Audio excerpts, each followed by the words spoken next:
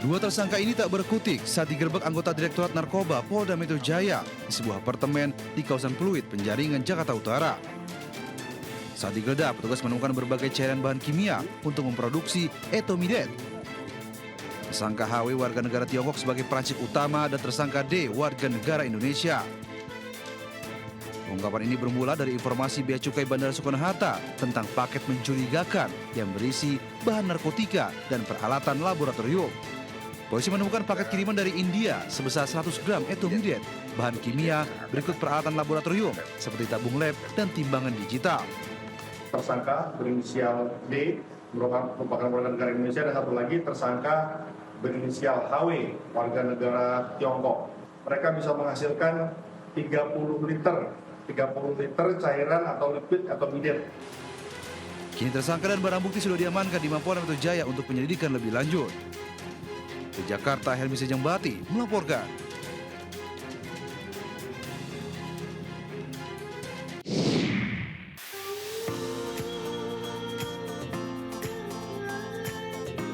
Banjir tidak selalu menjadi bencana atau masalah setiap orang.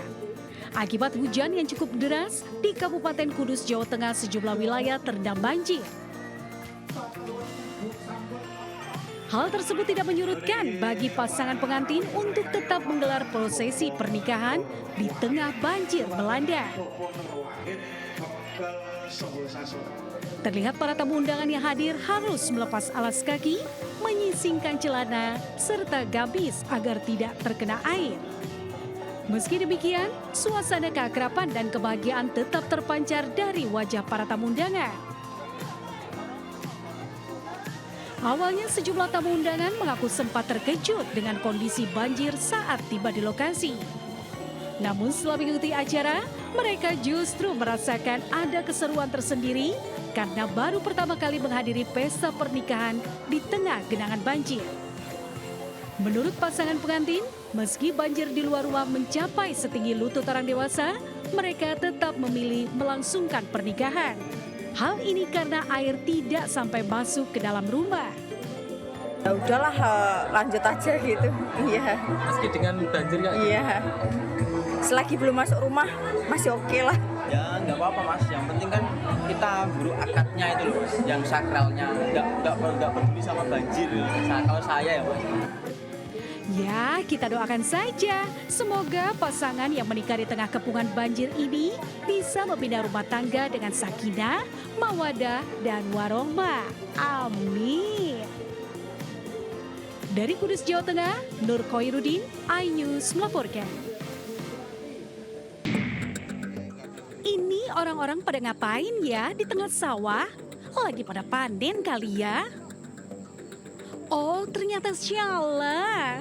Area persawahan di Kabupaten 50, Sumatera Barat menjadi lokasi munculnya fenomena sinkhole sehingga banyak warga yang mendatangi lokasi tersebut. Bukan hanya sekedar melihat fenomena alam saja, tetapi sejumlah pengunjung juga mengambil air dari sinkhole yang dipercaya dapat menyembuhkan penyakit meskipun belum ada bukti ilmiah yang mendukungnya.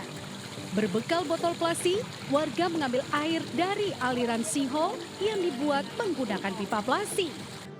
Namun hasil uji coba laboratorium menunjukkan air dari sinkhole tersebut tidak aman untuk dikonsumsi secara langsung karena terbukti mengandung E. coli yang dapat menyebabkan gangguan pencernaan dan penyakit perut.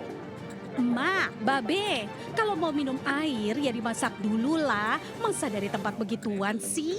Ampun deh. Assalamualaikum, ini ya saya minta tolong sama yang... Kenapa nih Bu Guru marah-marah ya? Apa karena muridnya pada melanggar peraturan?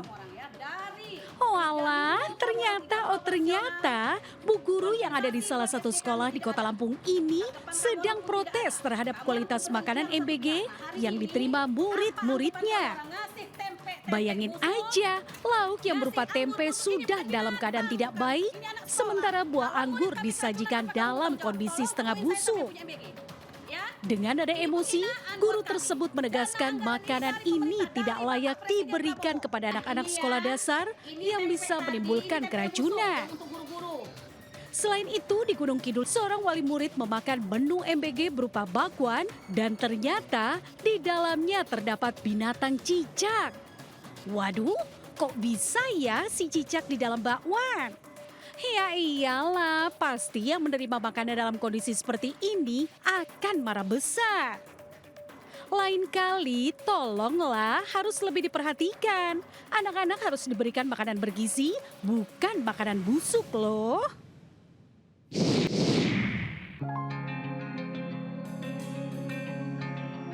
Banjir bandang yang menghantam Desa Pangkalan, Kecamatan Kejuruan Muda, Aceh Tamiang, Aceh pada 26 November 2025 lalu meninggalkan kerusakan parah. Kehilangan tempat tinggal dan sumber penghidupan membuat warga terpaksa bergantung pada uluran tangan sesama. Di tengah kondisi yang memprihatinkan ini, MRC Peduli hadir menjangkau masyarakat di Aceh Tamiang untuk membantu mereka bangkit kembali.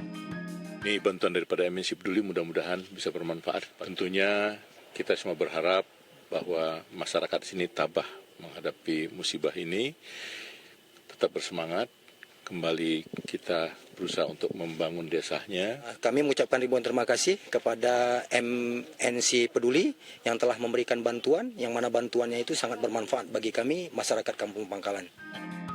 Dengan berfungsinya kembali jembatan yang sebelumnya rusak akibat banjir, tim MRC Peduli dapat membawa masuk bantuan ke lokasi guna menyalurkan 10 ton bantuan kemanusiaan yang disambut wajah ceria dan penuh harapan warga terdampak. Rumah ya hancur lah Pak, semua Pak. Kalau keluarga ya selamat semua, nggak ada korban-korban jiwa di sini.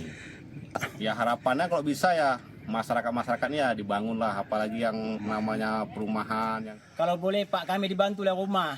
Karena rumah kami rata-rata udah hanyut. Dan untuk ke depannya Pak, kami ini kayak belum tentu setahun dapat bekerja dengan layak. Karena penduduknya rata-rata menengah ke bawah Pak. Jadi kami ini rata-rata petani. Kehadiran MRC Peduli di lokasi bencana dengan membawa bantuan ini diharapkan dapat meringankan beban warga serta menjadi penyemangat untuk bangkit dari bencana. Dari Aceh Tamiang, Aceh, Yusradi, iNews melaporkan.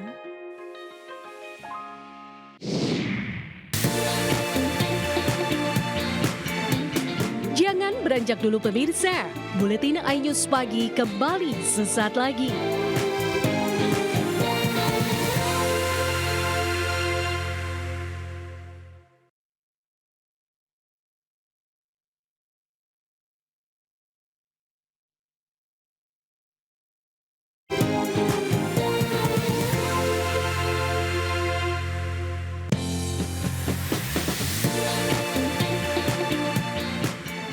Pemirsa, demikianlah jumpa kita hari ini. Terima kasih dan sampai jumpa.